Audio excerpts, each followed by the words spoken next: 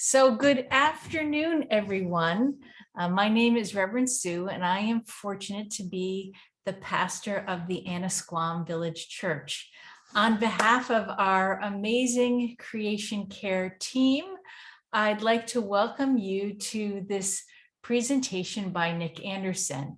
The creation care team started in May of 2020, and at present, our primary initiative is following the work of Doug Tallamy, who wrote Nature's Best Hope, where we are hoping to inspire people across Cape Ann and beyond to take steps that will heal and nurture our landscapes for the benefit of all living beings. If you're curious about that and you want to see some of the action steps we have up on the site, or we have something called the Nature Pledge.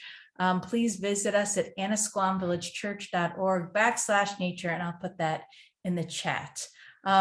Because we are gathering as being hosted by a spiritual community, I'm going to start us with these centering thoughts. And so this is from Walter Rauschenbusch. Oh God, we thank you for this earth, our home, for the wide sky and the blessed sun, for the salt sea and the running water, for the everlasting hills and the never resting winds, for trees and the common grass underfoot. We thank you for our senses by which we hear the songs of birds and see the splendor of the summer fields and taste of the autumn fruits and rejoice in the feel of the snow and smell the breath of the spring. Grant us hearts wide open to all this beauty and the will to take care of it. Amen. So next, I'd like to introduce my good friend and creation care co-leader, Peter Lawrence. Please unmute, dear Peter. I should know about how to do that. Thank you, Reverend Sue, and it is my pleasure to introduce our speaker, Nick Anderson. Nick is going to be telling you about making meadows and listening to the land. Unleashing ecological productivity in landscapes is faster, easier, cheaper than we think. Now, why Nick is going to talk to us, he's very well qualified to do this. He studied horticulture at the Brooklyn Botanic Gardens and worked for a number of years as a gardener and a restoration practitioner in New York City parks, Brooklyn Bridge Park, Riverside Park, and for private clients. He specializes in plant community based on horticulture using regional native plant species. Nick now lives on Cape Ann, and he works for private clients.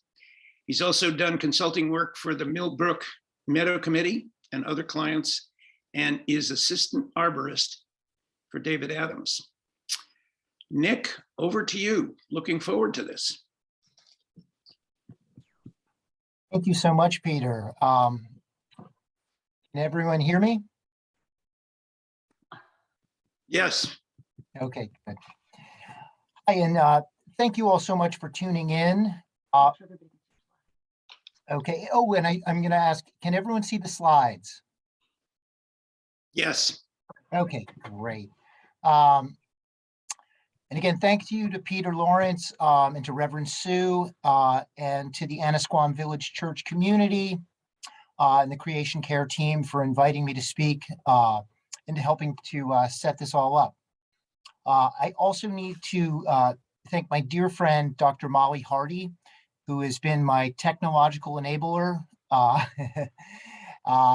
and my editor and academic mentor and tireless landscape accomplice.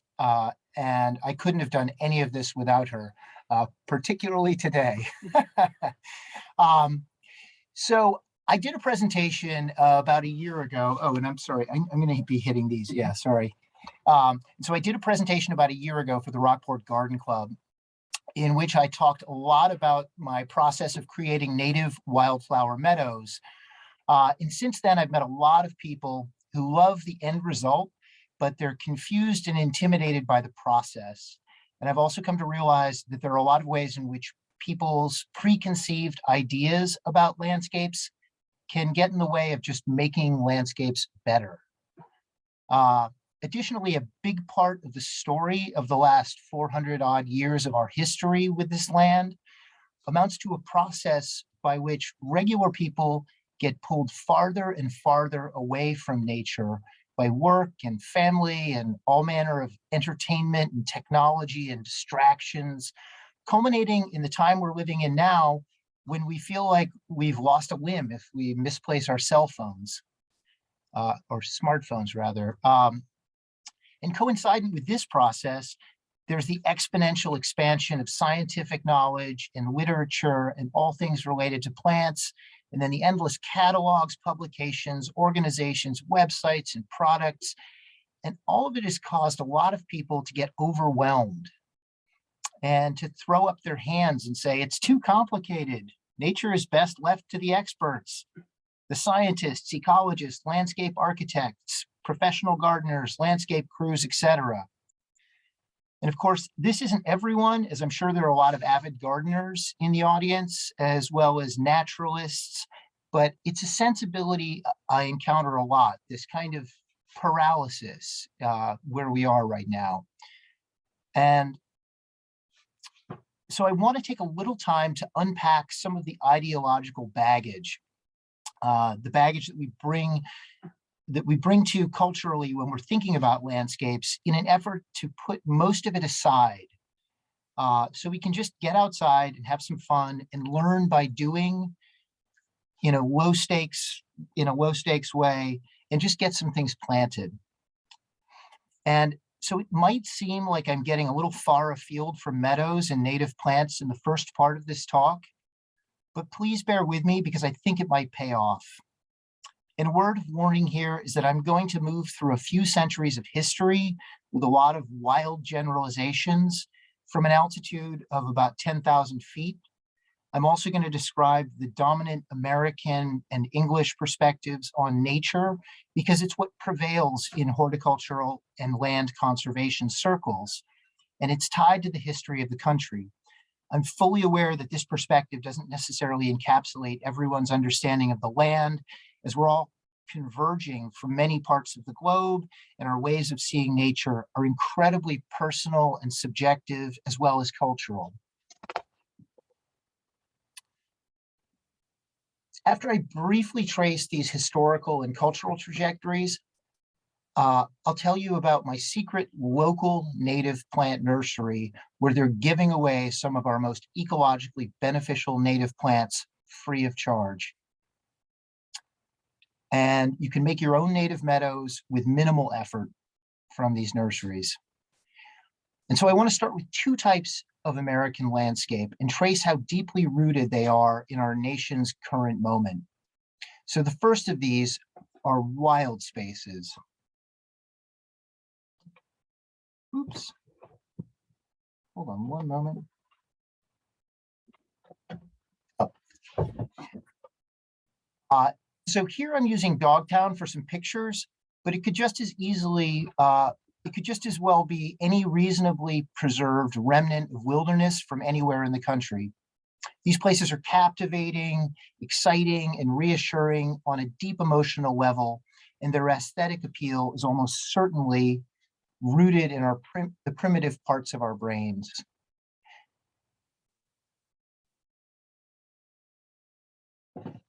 Such wild spaces also harmonize with a distinctly American idea of the wilderness.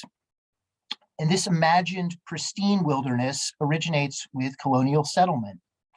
Beginning in the 17th century, when people arrived from Europe, which among other things was experiencing a timber crisis because it had been so thoroughly deforested. So come to this place and they're struck the impossible abundance of the land, with old growth trees for as far as the eye could see. Early settlers reported being flabbergasted by the quantities of fish in the oceans and rivers and flocks of birds that would block out the sky for 10 minutes when flying overhead, or of 2-foot-high drifts of live lobsters on the seashore. And on these accounts of abundance go in the historical record. And reports from colonial settlements along the eastern seaboard, newcomers constructed New England as something of a Garden of Eden, often ignoring, if not actively erasing, people who had been working this land for centuries. Native people used an array of ingenious landscape management strategies. Oh, did I miss a slide? Oh, sorry. So Native people used an array of ingenious landscape management strategies, such as prescribed burning and itinerant agriculture, to maintain and maximize the productivity of the land. These were practices that had been refined over the course of thousands of years.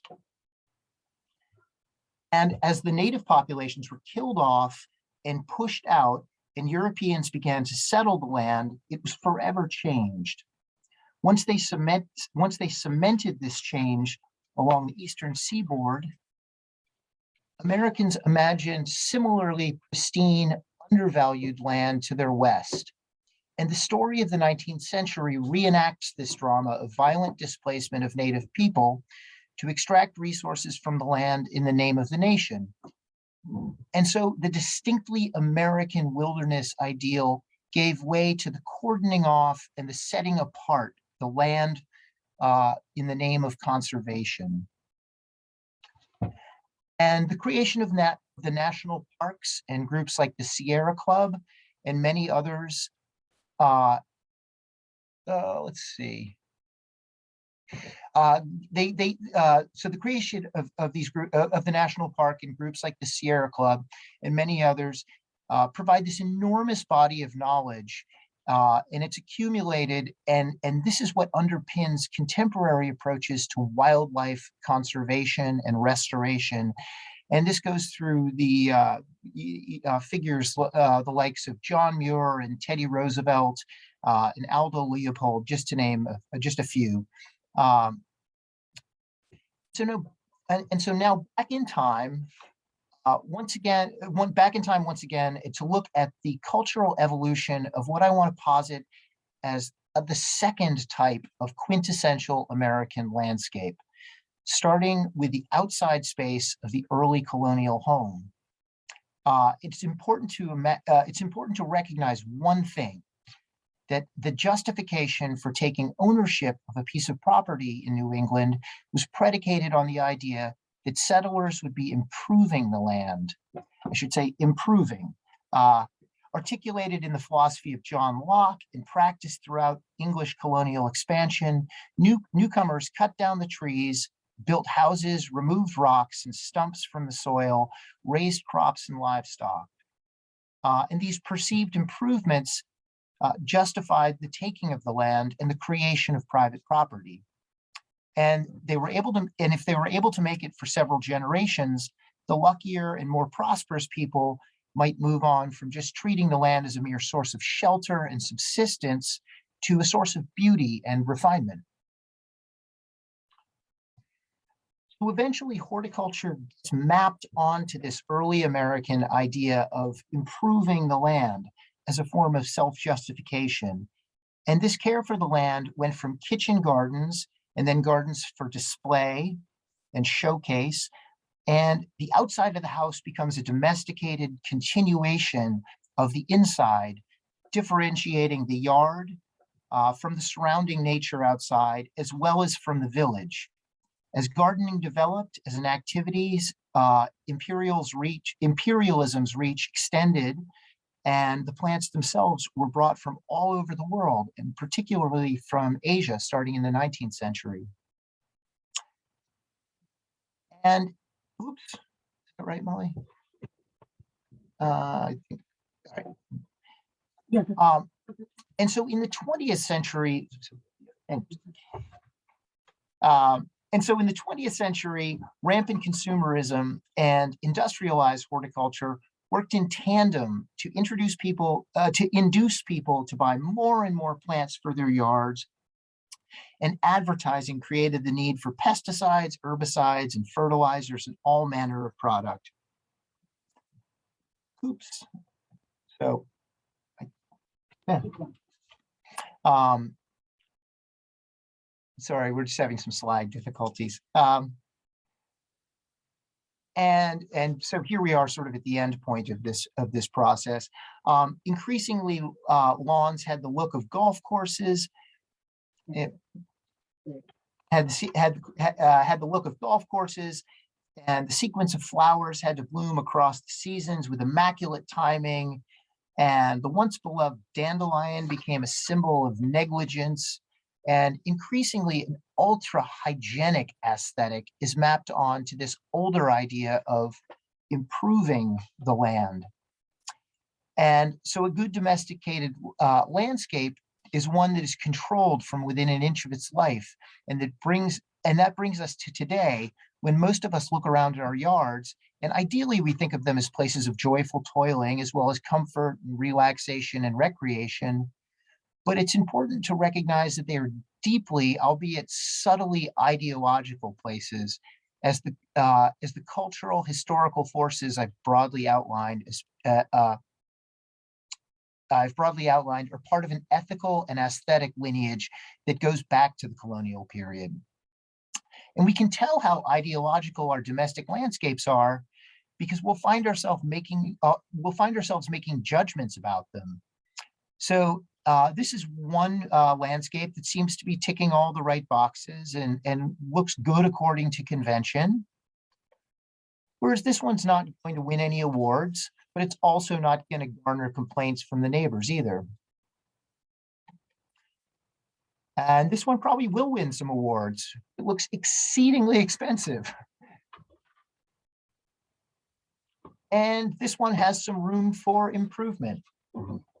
So all this is to point out that most people who've been caring for their yards, whoops, I'm going to go back to this slide. All this is to point out that most people who've been caring for their yards over the years and decades have been doing so with a great deal of consideration. They've been following a set of aesthetic and cultural incentives to be good neighbors and to keep things pretty and tidy, and just to provide a sense of enjoyment for themselves and their families. And suddenly now we're in the midst of this sort of needle scratch moment where the music stops and a growing number of homeowners are looking in the New York Times and elsewhere, and they're getting the message that we're doing it all wrong.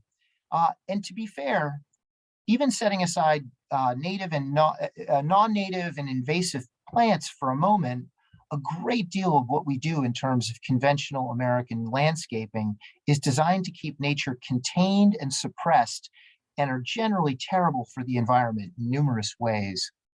And by conventional American landscaping, I mean lawns themselves, mowing, blowing, removing leaves, mulching, cutting back dormant plants and seed heads in the fall, irrigating, using fertilizers, pesticides, and herbicides in most cases, removing dead wood from landscapes, which is what makes the soil, and on and on and on.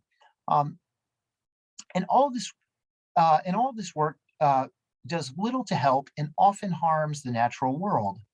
A lot of people who might have been stressed out enough already about their yards are now feeling flummoxed about how to make them more sustainable. And surely many people who've been buying some native plant, many people have been buying some native plants from nurseries here and there, but most people are just going about their business as usual, but maybe with a heightened sense of guilt or anxiety about their land. And from my perspective, in the shadow of the looming climate emergency and the threat of ecological collapse, we're experiencing something of a crisis in the respective discourses of both wildland preservation, so that first form of nature, wildland preservation and conservation, as well as in residential and civic horticultural landscapes, or in the discourse of these landscapes, I should say. So which again, I'm duplicating myself. So these again represent our two types of quintessential American nature, if you will. So for wild spaces, which have been dedicated to continuously fighting the tide of invasive species and trying to supplement by adding additional native ones to damaged ecosystems, organizations now are hitting the limits of their capacity to keep up with this work, and they're having to make heartbreaking concessions to focus on what is salvageable. I mean, and just imagine this nation's sense of itself, without the redwoods in Northern California. And I'll say in the bibliography, there is a great New York Times article on this from about the better part of 8 months ago, and I'll provide that. But as for residential and civic horticulture, is the answer to persuade all homeowners to methodically replace all of their beloved, if exotic, trees and shrubs and perennials with native ones and convert their front yards to meadows? How many people could afford to do this? And could the nursery trade provide sufficient plant material when native plants are already in short supply in many cases? Some urban ecologists advocate for letting nature sort of do its thing and rewild on its own terms whenever possible, regardless of whether the spontaneous vegetation is native or not. And I'm quite sympathetic with this idea myself in some cases. And in certain instances, when people just stop mowing their lawns, the results are beautiful. And I know a lot of people who've started doing this. I've worked on 3 properties. Oops, sorry, back to this.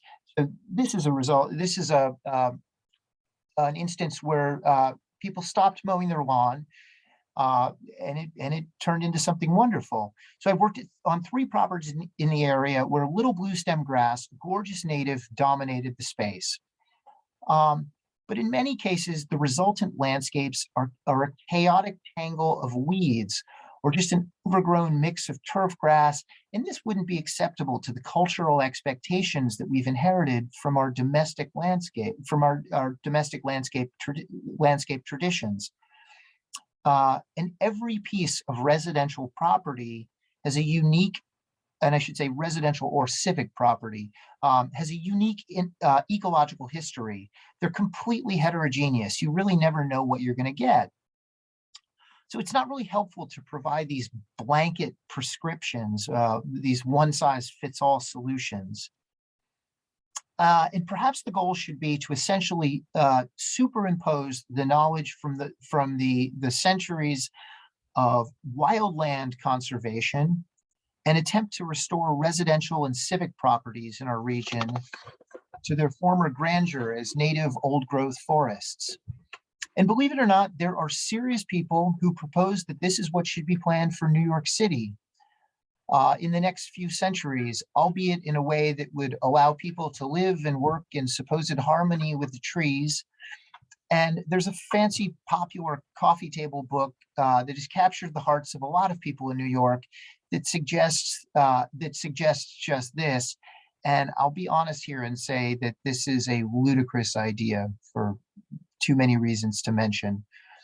And so now we're finally getting to where I talk about what I personally think we can do in terms of a fast, cheap, and enjoyable way to improve ecological sustainability in our communities. And this comes from my experience of working in New York, where tens of thousands of brilliant people are constantly thinking and writing and researching on native plants. It's this incredible academic milieu. And people are talking about natural restoration in all manner of ways. And it's an affluent city with 4 botanic gardens, and there's a big conference or symposium on topics of ecological sustainability about pretty much every other minute. And I was initially dazzled and impressed by all of this ferment or firmament, whatever it is. But as time passed, I started to realize that for every single native plant that was put in the ground, there seemed to be 1,000 meetings, consultations with experts, spreadsheets, and PowerPoint presentations, and fundraising galas, and on and on and on.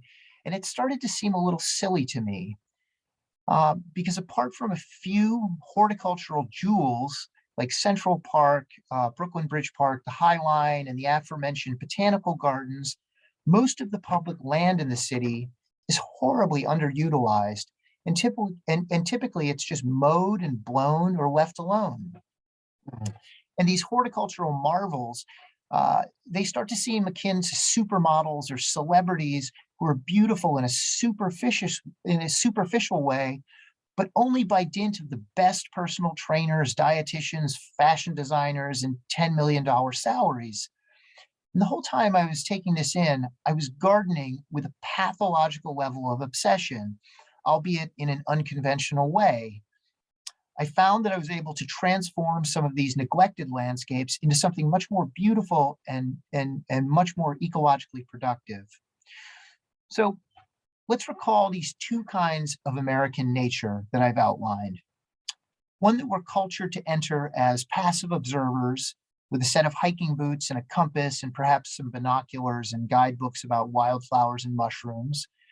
And then this other form of domestic nature that we're taught to approach as consumers with garden catalogs and shovels and lawnmowers in a Sisyphean project of taming, refining, and suppressing exuberant growth. Now, I'd like to introduce you to a third kind of nature that we're cultured not to see or recognize. And these are spontaneous areas of urban and suburban neglect, where it's whether it's an abandoned lot waiting to be developed, this is in Rockport, or cracks in the sidewalk. Oops, I don't think we have that slide. Doesn't matter. It doesn't. Cracks in the slide. The cracks in the slide by the railroad tracks, or a parking lot, in this case by Cumberland Farms. And if we do see this nature, it might be with a tinge of regret, as a reminder that they paved paradise and put in a parking lot. Or more likely, we see it as a sign of blight and neglect, and something that needs to be weeded, mowed, or otherwise attended to, as it's just a messy tangle of weeds. But more than anything, we're just taught not to see these spaces at all. They don't fit into our categories of wild or of tamed, and so they become invisible. These unseen places are filled with unbelievably productive and essential native plants. We can see this empty lot by the parking lot of the Liberty Tree Mall, and it's filled with all manner of undesirable plants, sure. And you won't find any rarefied woodland wildflowers amidst this mess, but you will find the likes of asters, ferns, rushes, sedges, goldenrods, violets, the aforementioned little blue stem grass, as well as saplings of oak, cherry, birch, and juniper. You just have to learn to see them. And I just realized at this moment that I'm going to mention goldenrod a few times in this, in this discussion, because it's an incredibly important native plant that is desperate to live among us and is going to be here whether we like it or not.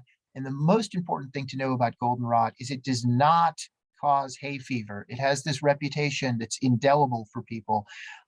Ragweed is wind pollinated, and that's what gets in your nose. It blooms at the same time as goldenrod, but goldenrod gets all the blame.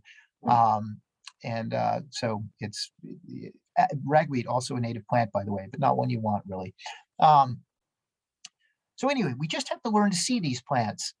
And these places are actually pretty ecologically productive in this case. This is providing a lot of habitat and a lot of pollination opportunities and forage and et cetera, et cetera. And so they're actually quite ecologically productive and quite diverse, or they can be. And they can also serve as part of your top secret native plant nursery. Don't tell anyone except all your neighbors and friends. And I should say, such places are ubiquitous in every city and town in our region. And now a word about this, because it might sound a little shady or seedy along the lines of dumpster diving or like an ethical gray area. As hopefully we're all taught to treat truly wild spaces with great reverence and never think about removing plants from them, just as we don't dig things up out of our neighbors' yards as we're walking past them. But what I'm talking about are unloved landscapes with exceedingly common species, and anything taken will immediately be filled in from the surrounding plants. And periodically, such places might be mowed as they await the bulldozers to start their next architectural iteration, but that's about all the care they receive. And we might think of the plants in these vacant lots as valueless because they're not from a proper nursery. And in this day and age, if we're not buying something, we sometimes wonder whether it has any value at all. But here I want to say that while this mode of guerrilla gardening might seem strange or deviant through modern eyes, it would have seemed completely normal for many Victorians and even the great 19th century landscape architects and garden designers like William Robinson or Frederick Law Olmsted. And it's how people have created gardens across the world and across time. And many prized cultivars of plants with unusual characteristics were first dug up out of a roadside ditch before they were cloned and sold commercially as the hot new thing, say Silver Cascade or Autumn Beauty or what have you. All of the plants that you see in the nursery as a product have a point of origin on the planet. They're real living things, and they have a story. And so furthermore, any good native plant that is proven it can survive without supplemental water or human nurturing is telling you that it is an excellent candidate for similar conditions in your yard.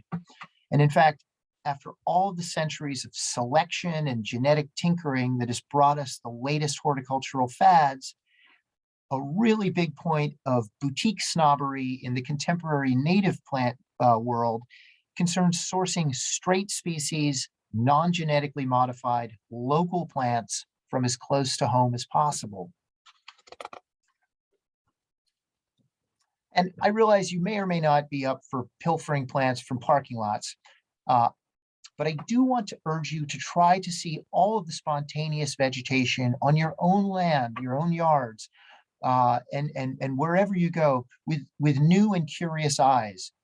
Try to put a name to everything to the best of your abilities, whether what you see is good, bad, or ugly. And this will teach you more than you can imagine. And I should say here, don't get overwhelmed. Initially, of course, if you're like most people, all you see is a sea of green. It takes time and patience and attention, and modern technology actually has a lot of tricks up its sleeve that helps us do this more easily now. And I'll talk more about that maybe in the Q&A. So, whoops. Is that for that? Well, it doesn't matter. So, so here's an example.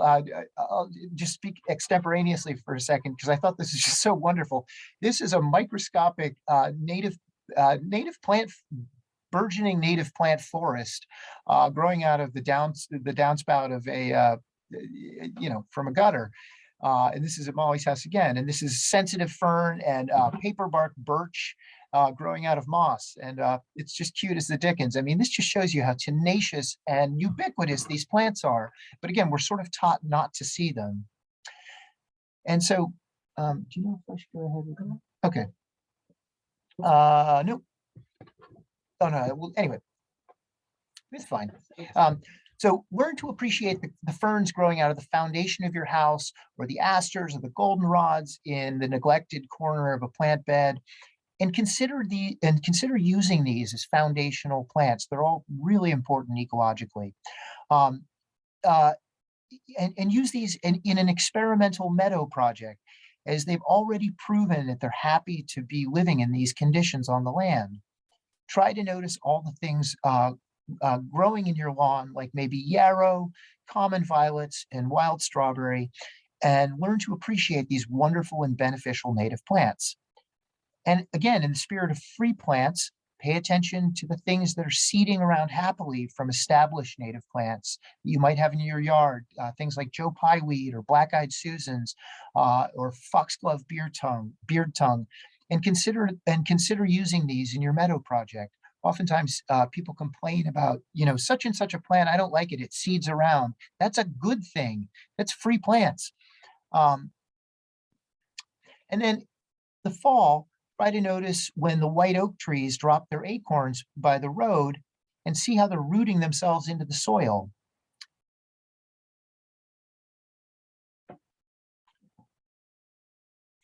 This spot, they will all be mowed in the spring and the summer. If they survive getting run over by parking cars, and this is over on Phillips Ave, anyone who wants, I'll point you to it if anyone's curious. And there's a whole future forest of white oak trees here for the taking. And I'll remind you that these are the single most ecologically beneficial tree that we have in our region. And as you may know from Doug Ptolemy's talks, and trees planted from seed or from acorn grow faster and healthier to the point that they outperform nursery bought trees that are several years older. And they're healthier for their entire lifetime. With that, I'm going to walk you through a project we did starting in the spring of 2020 on my friend Molly's land in East Gloucester. And I'm going to move fairly quickly and not spend a great deal of time on the practical methodology because it's information that I covered more carefully in my presentation for the Garden Club last year. And if you want more on that, you can check out the video, which is on YouTube, as this talk sort of tries to build on that and break people out of their reluctance. And while we've eliminated most of the natural beauty and resilience of the region over the last few hundred years, there's a faint echo of the abundance that made such an impression on the early European colonists if we can just learn to see and take advantage of it. Even if every town and residence in New England suddenly went all in on the native plant gardening craze tomorrow, there's no way that the already modest supplies of native plant materials could be supplied by the nurseries. So we need to think outside the box.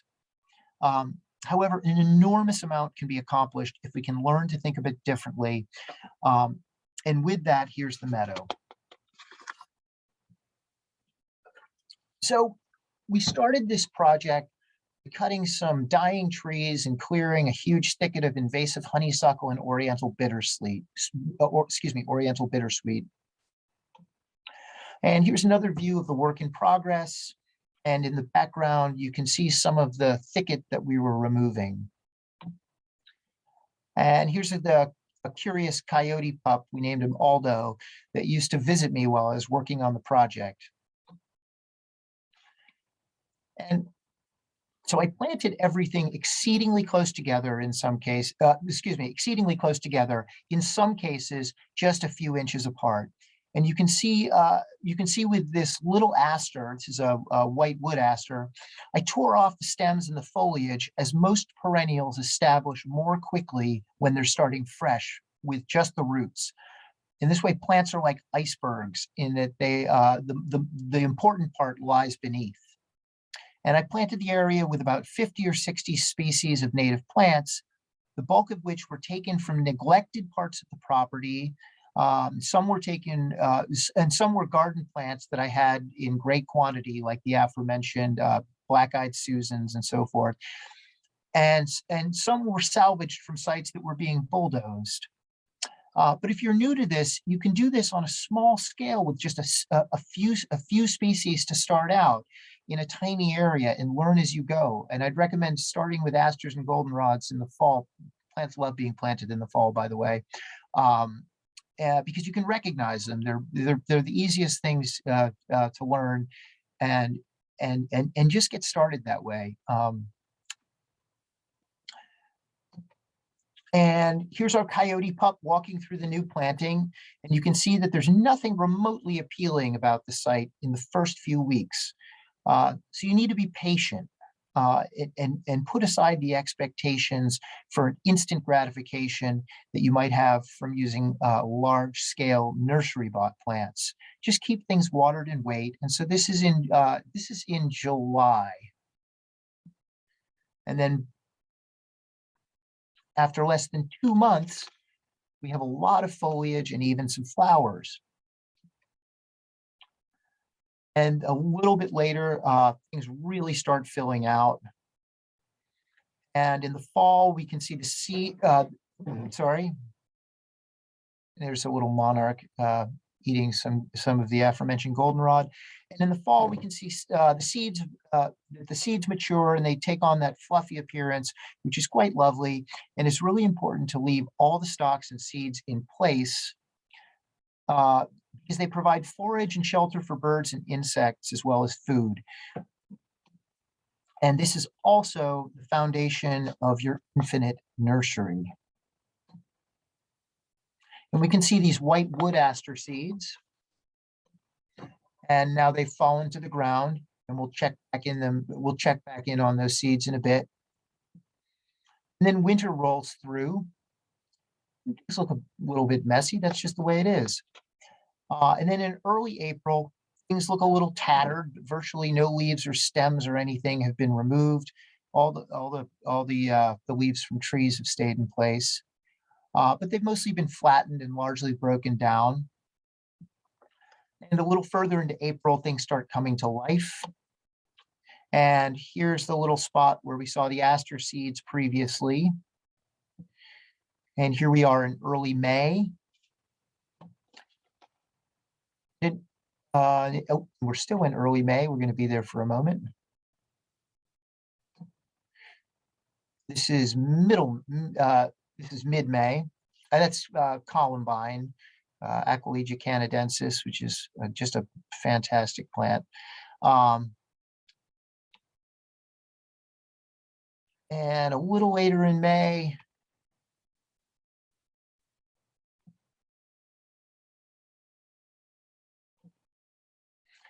now in early June, we're finally seeing some more flowers. As we don't have a great number of early flowering plants in the meadow at this time, but we're adding them as we go. And this is blue toadflax and wild yarrow, amidst the all manner of other plants. Those are the flowering ones. And then two kinds of bee balm and the echinacea are just coming out in early July. And here we are at the end of the July, where we see the spires of Culber's root in the background.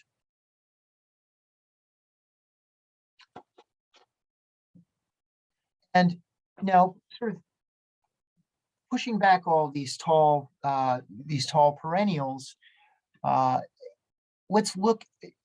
This is what we're talking about in terms of this infinite nursery. And so this is what the ground looks like underneath. And you can see that it's just a mass of thousands of seedlings sort of waiting in the wings in case they get a chance to go for it. We have a tiny oak seedling that's likely the result of a blue jay that misplaced an acorn. And this is the desired effect. This green mulch, all desirable native plants that they suppress all of our unwanted weeds for the most part.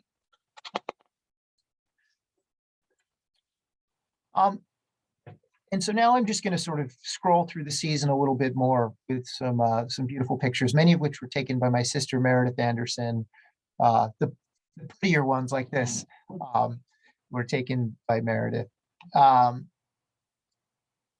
And just to give you a sense of what you can achieve, you know, if this project were done in a conventional manner with horticultural plants, you know, ordering plugs or buying quartz or what have you, you know, this would be easily $10,000, likely more. But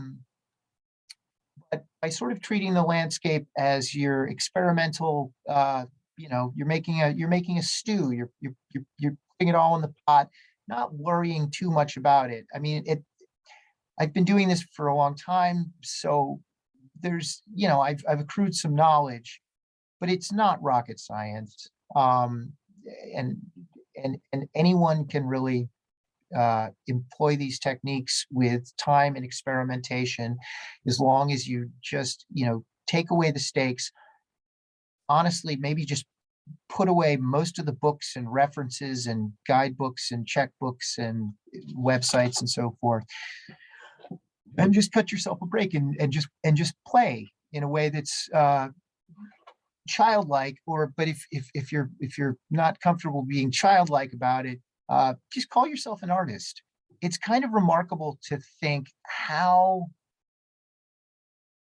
unbelievably when we go from Delacroix to Cezanne through to Duchamp and on through to Picasso and now to Jeff Koons or what have you, what we've done in the visual arts in terms of what we're willing to see over the course of the last couple centuries is just mind-blowing. I mean, we've changed our visions of nature a million ways from Sunday, and in many respects, in horticulture, we stayed very, very conservative. That's not always true, but so now I want to give you just a few final things to leave you with. So, just a couple of points of guidance. Observe all four forms of nature around you without prejudice. Just try to learn everything. Stop thinking of plants as commodity products when you can. Of course, it's great to go to the nursery and if it gives you pleasure, and especially if you can buy native plants, it's always wonderful. And with the meadow that I've shown you, that's something that can be additionally supplemented with anything your heart desires within reason. If you want to see it there. But the main thing is to establish this plant community that can sort of thrive like an ecosystem on its own. Relatedly, consider your relationships to time. Instant gratification is not your ally. When you bring plants home from the nursery, you sort of put them in the ground and you instantly have these flowers, but then the flowers are gone in a week. In this case, it might take a month or two, but you have 1,000 flowers or more, or 1,000 plants or more. And learn the names of the plants, as I said, to the best of your ability. Don't be hard on yourself. It takes time. I've provided the best possible guide to doing this in the book form, which is a book by Peter Del Tredici called Wild Urban Plants of the Northeast, and it encapsulates all of the plants that you're just going to see in the kinds of spaces we've been talking about. It's really user-friendly. It's not a complicated guidebook. Leverage abundance. As I say, plants that spread around prodigiously. People sometimes might complain about Monarda, beautiful plant. You can, a clump of Monarda that's been in the ground for a year or two can be divided into 15, 20, 100 clumps. You can break it apart and divide it and just Johnny Appleseed it till the end of time. It's a wonderful plant that way. Likewise, things that seed around prodigiously, that's an advantage. It's a feature, not a bug. And begin this experimental work with natives in an area of your property that you consider low stakes. Don't start in the front of your house. Don't start anywhere where you'll be embarrassed by the initial results. Again, this gets back to this idea of just playing. Just allow yourself to learn by doing. And so finally, to the point of saying just how crude and cavemanish this can be, here's a project I did last year at my mom's house where I just planted a bunch of wet roots straight into the existing turf grass. Again, very, very close together. And this isn't going to win any garden awards, but it reminds me of the spontaneous roadside flower meadows in upstate New York that were really influential to my thinking as I studied, conventional horticulture. And it makes me and the insects really happy. And so at the end of my slides, I've included a short list of indispensable native horticultural plants. Let me see. Yeah, so this is actually a mix of horticultural plants as well as plants that you're just going to find in nature. And I can email this out as anyone sees fit. And I believe that I'm ready to take some questions if there are any. Oh, I'm sorry. Let me see. Here we go. And this is further reading, references, and resources. And this page could easily be about 600 pages longer, but these are some really good ones, because this kind of gardening, it really is as much about what you bring to it up here as and I just mean attitudinally, as it is with the plants themselves. So with that, are there any questions from anyone?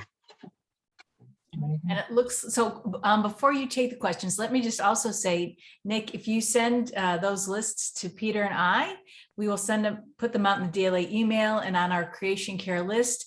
If you would like to be on the church DLA email or be on the creation care list, please put your name in the chat with your email address and we will make sure it gets to you.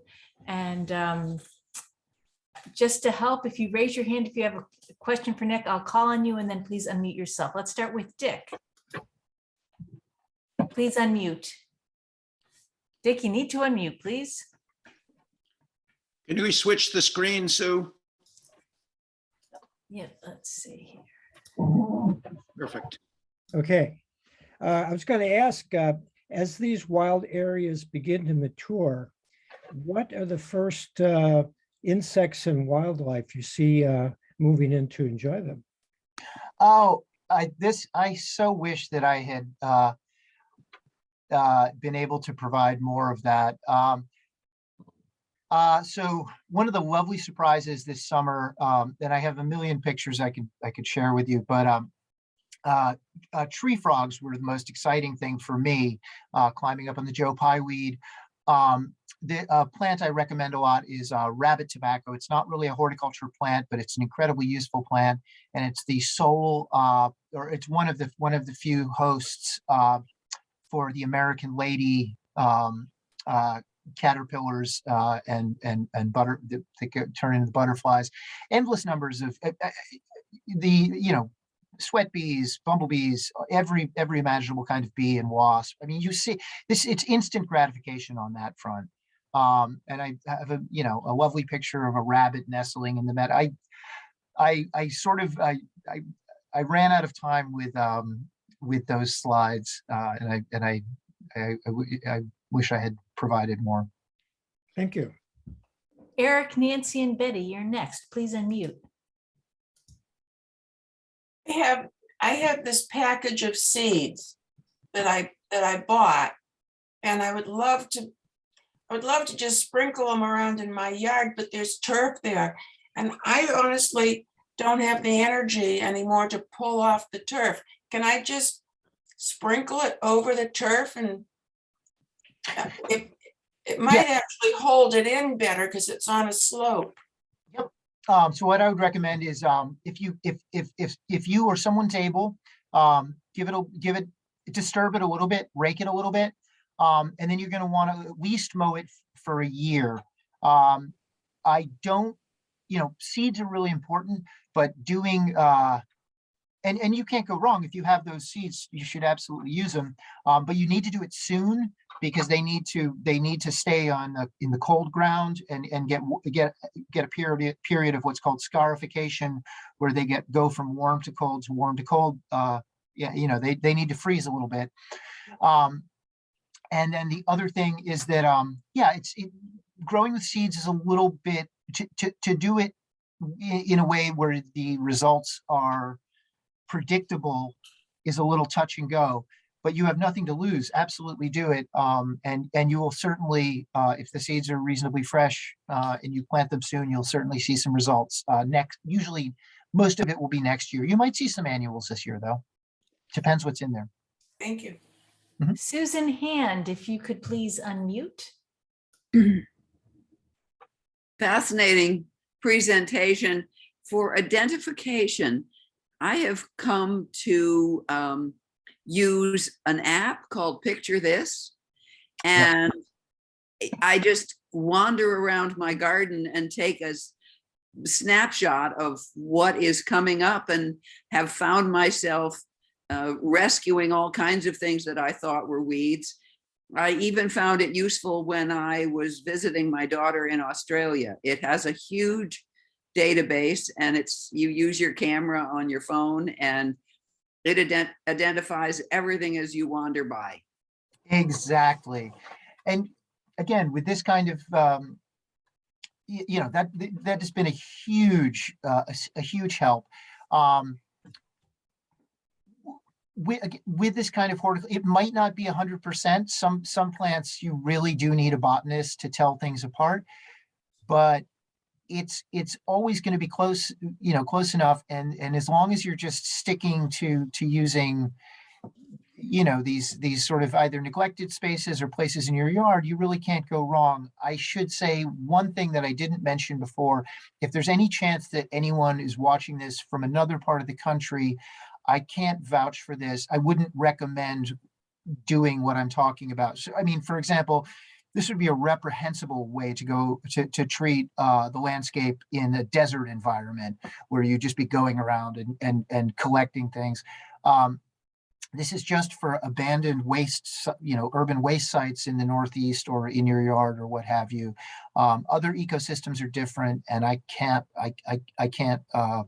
responsibly speak to those different conditions. Peter. Yes. First, thank you, Nick, so much. That was great. And I just want to reinforce one reference that Nick, this book Nick mentioned, and it's a great book because it actually has a full spread. It has a bunch of pictures of it. So all of this is one plant. And you've got details, and you've got a range of photographs in the book that show it at different times of year. So it's a great resource. And the picture this is also great, but the combination of something like Picturist and this particular book is absolutely great resources. Yeah, that's fantastic. Was that the Peter Del Tredici book? Yes. Thank you. Wild Urban Plants of the Northeast, second edition field guide. And one note on that, there's a really fun aspect of that book is that it has it goes through all these botanical components, but in a very user-friendly way. But it is a lovely thing that draws people in, which it gives a cultural history of each plant to the degree that there's something interesting about it. And so, for example, with a really common native weed that we have here called pokeweed, not something you want in the garden per se, but it's actually it's an ecologically important plant, but it's just not. But for example, it gives the detail that the first draft of the Declaration of Independence was written in pokeweed ink, in the berries, and that Velcro was inspired by the burrs of burdock. Yep. It's crazy stuff. In the chat, Eileen asks about, do you need to worry about invasives? Yes and no. This is a tricky subject. So it's very, very, again, we get back into talking about landscapes as ideological. In our region, I do not think invasive, I think we have many, in terms of climate change, ecological collapse, and everything that's happening in our region, I think invasive species are the least of our problems. The main concern with invasives is that they make landscapes, if you have a landscape that's otherwise pristine, they make it look ugly and chaotic. And they can completely alter ecosystems. If Japanese knotweed starts running into a swamp, it will transform the ecosystems and push things out. And that's not good in many respects. But in the times that we're in, we may have bigger fish to fry than to spend all of our time in that swamp. So this is just my take on it, and I've I've spent a long time really going back and forth with this. The most important thing about invasive species is if something's caught early. If you're the first or the fifth person to find a potentially invasive plant, you can possibly be responsible for removing it in an area. But with most of our invasives, the horse is out of the barn. And this is sort of what I was talking about with this point of reckoning with, with the natural, with wildland, the discourse of wildland preservation, is because in so many places they've been fighting things and fighting things and fighting things, and the problems have just gotten exponentially worse, and they're having to give up the fights. So I'll just leave it there. Thanks, Nick. Kathleen asks, what about moss? Oh, love it for everything. Yeah, no, it's isn't it wonderful? And there are lots of resources for for learning about moss. I always try to either encourage or add moss to my garden. Some people don't like it. How do you add? In some cases, I just will take it from other parts of the property and see if it takes, and it often will. I mean, there's a method of you can actually put. Some people recommend putting moss in buttermilk or yogurt and putting it in a blender and making a smoothie with it. This is something really people do, and you pour that, and somehow the acids and the viscosity of the buttermilk, or whatever, of viscosity, whatever it is, it adheres to the rocks or whatever surface you want to put it on, and oftentimes it will take and give you a mossy surface if that's what you want. But it's a fascinating subject. I'm totally out of my depth with it. I hope to learn more, but I only know a few mosses that I can identify. We have another question about changing over an established lawn to a meadow. Do I need to dig it up? Someone asks. This is the thing. It's hard to, not necessarily. And it depends on what the desired outcome is. In many ways, every landscape has a degree of experimentation. Every landscape has inevitably has a lot of surprises, both good and bad, through our eyes. As I say, I was largely experimenting. I've done it before, but this year I did it much more, emphatically, just planting things straight into turf grass, and I was delighted with the results. It's a little bit messy. It's not, again, it looks like a wildflower. It looks like it looks appealing. It doesn't look horticultural in the way that the pictures of the meadow that I showed you from East Gloucester look. So two things. So you'll get more control if you do dig up the turf, but you'll also have some weed seeds and some surprises in there. Probably the most control that you could get without using chemicals would be if you were to what's called solarizing the turf, or if you were to put cardboard down and then cover that with soil, or if you were to put black plastic down and allow that area to get baked by the sun for a full season.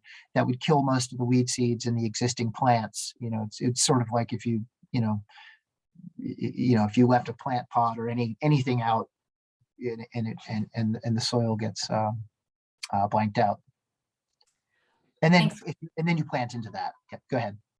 Warren asks, how do you control the rabbits enjoying dinner? You don't. You let it. I mean, the rabbit's got a rabbit. It's hard being a rabbit. Now there is so there's a wonderful, there's an incredible nursery called North Creek Nurseries in Pennsylvania. And if you're interested in really drilling into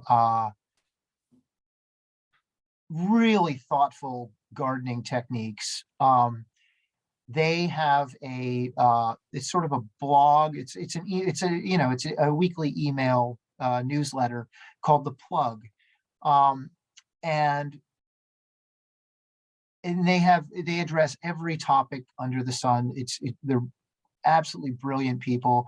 It's mainly geared towards landscape designers, and they recently had a long list of rabbit repellent, and there are similar lists for deer repellent, perennials, and so forth. And so if you Google native plants, rabbit-proof native plants, that will probably come up, but I'm sure other resources will come up as well. But in a lot of ways, if you're sort of an amateur, or if you're dipping your toes in this kind of native meadowscaping, I say don't worry about it. Just see what happens, and I guess that's what I'm urging people to try this in a very, very low stakes way, where they don't worry about controlling it too much. Making a really presentable formal bed, that's another matter, and I recommend, and that's something you'll be able to do with a little bit of time if you just sort of take all the stakes away and just play first. Anyway, that's my take on that. Any final questions? Can you hear me? Yes. Yeah. I've walked the Greenway, between the North Station and South Station, and there's a big part of that that's supposedly all native plants. Are you familiar with that? Yeah. I'm not. No, I don't know Boston that well anymore. Yeah. I think there's someone in Rockport who worked on that project, and I'm forgetting her name, but she's associated with the Garden Club now, and she's very knowledgeable. But yeah, were you asking something about that area? Well, there's a pawpaw tree in it. Oh, cool. And I've read that was a very important plant here in colonial times, and I don't understand why no one has. I only know one person that does have a pawpaw tree, but I know of one. Yeah, such a resource. I can't understand why it wouldn't be very common to see them now. Because I'd say here, because we're at the northern extent of their range. I think you to keep them alive, say on Cape Ann, you'd need to plant them sort of close to the house, so that they're, or maybe possibly wrap them in burlap, but they're sort of, they're on the edge of where they can grow up here. But that's so cool. I love that tree. Yeah, it's beautiful. It's wonderful. Delicious also. Yeah, absolutely. It's like custard. Before I turn it to Peter, Warren had a question about controlling ivy. Depends what kind of ivy, but evergreen ivy. Yeah. Ivy's tough. You got to dig it out. That's what I was thinking. Yep. You got to dig it out, and you got to, you're talking about, it grows everywhere now, so I've got to just dig it out. Yep. And I've done some burning on it, burning brush, try to burn out what I can, or I try to burn on the areas where we have the ivy, if possible, and then dig out what remains. But you have to stay after it. But it's not undefeatable.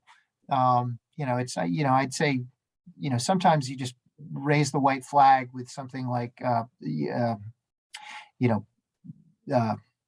I'm forgetting the name of the, doesn't matter, with like reed grass. I much prefer the ocean roses. Oh, yeah. They're beautiful. Yeah, no, do you mean yeah. I The think, wild ones. yep.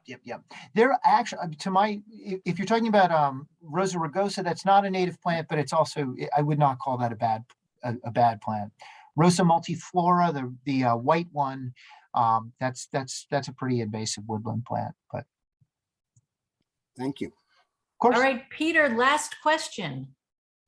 Actually, not a question, but I just wanted to end by saying that we will next Tuesday at the same time, we will continue this Q&A discussion, and possibly Nick will be able to join us. And I will post this when we know definitively, but that's what we would like to do, is continue this discussion, and hopefully with Nick next Tuesday.